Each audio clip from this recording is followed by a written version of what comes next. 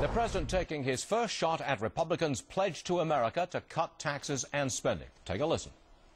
What I'm seeing out of the Republican leadership over the last several years has been a set of policies that are just irresponsible. And we saw in their pledge to America a similar set of irresponsible policies. They say they want to balance the budget. They propose $4 trillion worth of tax cuts and $16 billion. My next guest agrees with the president. Carolyn Hellman is a professor at Occidental College in California. Professor, welcome to the program. It's good to see you again. Good to see you. Now, you say essentially, look, it is irresponsible for the Republicans to propose significant cuts in government spending, austerity. Let me point out what's happening in Europe. In Europe, they have austerity, and they're going to have more austerity. They have a much better economic growth rate than the United States of America, and they are lowering employment and creating jobs. That would seem Europe, austerity, very responsible. What do you say? Well, I say that this is actually not an austerity measure. What it is most of the proposals will increase our expenditures without cutting. So what we have is fiscal. The president called it irresponsible. I like to call it pie in the sky. What we have are probably $4 to $5 trillion in addition to the deficit without commensurate cuts. So, for example, the health care bill alone, rolling that back, that's $130 billion added to the deficit over the next 10 years.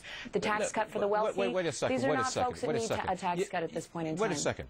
You're saying that, okay, it's irresponsible to propose what the GOP is proposing. You're saying that it will add to the deficit.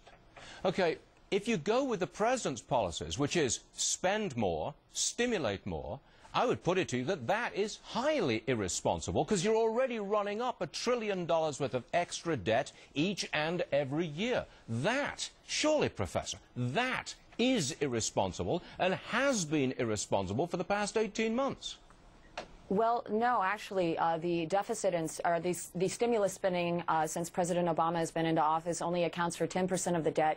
Our debt and structural deficit problem started in 2001 We've just and 2003 raised budget spending. We've raised budget spending exponentially. During an economic downturn. We've spent an enormous amount of money on stimulus, and we are literally borrowing $1 trillion every year as far as the eye can see. That is irresponsible. No, that is keeping us out of the Great Depression, which technically this has had both TARP and economic spending, the stimulus package, have kept us away from double-digit employment, have added somewhere around 3 to 5 million jobs or maintain them, depending upon who you're talking at. Surely it is irresponsible for Congress to go home, leaving none of us sure what our tax rates are going to be in the future. That's irresponsibility, is it not? Well, in terms of the tax rate, President Obama and Democrats in Congress have agreed that they will be reducing taxes for 98% of Americans. It's the top 2%. So why don't they bring it to a vote? If you've got the majority in Congress, and the Democrats do, why don't you bring it to a vote and give us these tax cuts and give us this certainty? It is irresponsible to go away with no vote. You know, I would agree with you. I wish that they would take action on this, but the problem is it's an election year, so Republicans and Democrats are having a difficult time conveying what they're going to do to solve this crisis or fix this crisis. Then the Democrats and the president are putting politics over good economic policy. Well, no, Republicans are doing it more so than Democrats. They're holding it up in the Senate. The Democrats are split. That's why Ms. Pelosi, Speaker Pelosi, will not bring it to a vote in the House because she doesn't have the votes. That's irresponsible. Well, if the Republicans would step up to the plate, then she would have the votes. If it weren't such a partisan issue and it weren't an election year, then we could get something done. And I would agree with you on that point. I think it's bad policy. Let's see if we can get agreement on this. Policy. I always like to ask academics who are on the left this moral question. This is not an economics question. This is a moral question. Do you think it's moral to take more than half the income of successful people, anybody who's successful, do you think it's moral to take more than half their income in federal and state income taxes? Because that's what we're doing at the moment in America, and it's going to get worse. You think it's moral? Well, I wish that were the case. That is the standard line, that half of the income. No, there are tax loopholes. Wealthy individuals in Congress believe me, madam, I know all about tax loopholes, and you, madam, are wrong. Every extra dollar that you make, if you make, say, just pick a number, $350,000 a year. Every extra dollar you make, above that, you lose 50 cents. It goes to the government in federal and state income taxes. That is a fact.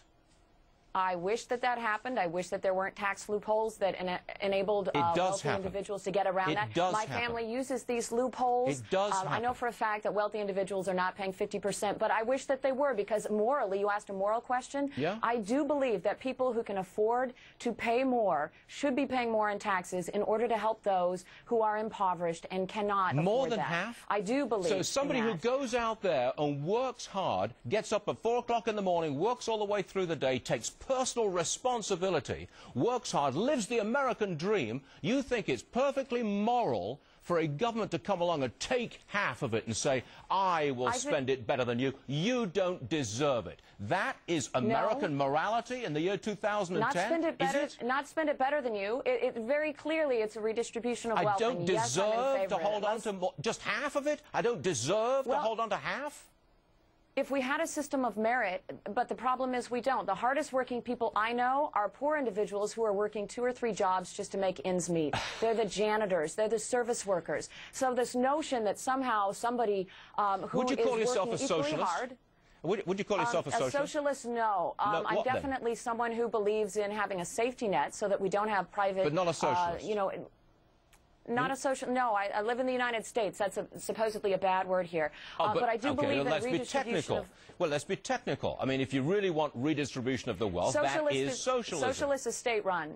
No, socialist is state-run. I'm much more of a private sector person, but I do believe that the government can be a great force for good. You're a private sector person who doesn't believe that success in the private sector means that you can keep at least half of what you make.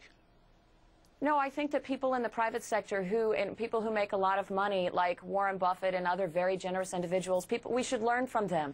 If you have money that you can give away in philanthropy or for social services, you should do that. That's a moral issue. Yeah. That's what wealthy individuals should be doing. Well, I bow to your superior morality. Thank you very much for joining us, Professor. It's a pleasure to have you with us. Thank you very much indeed. Thank you.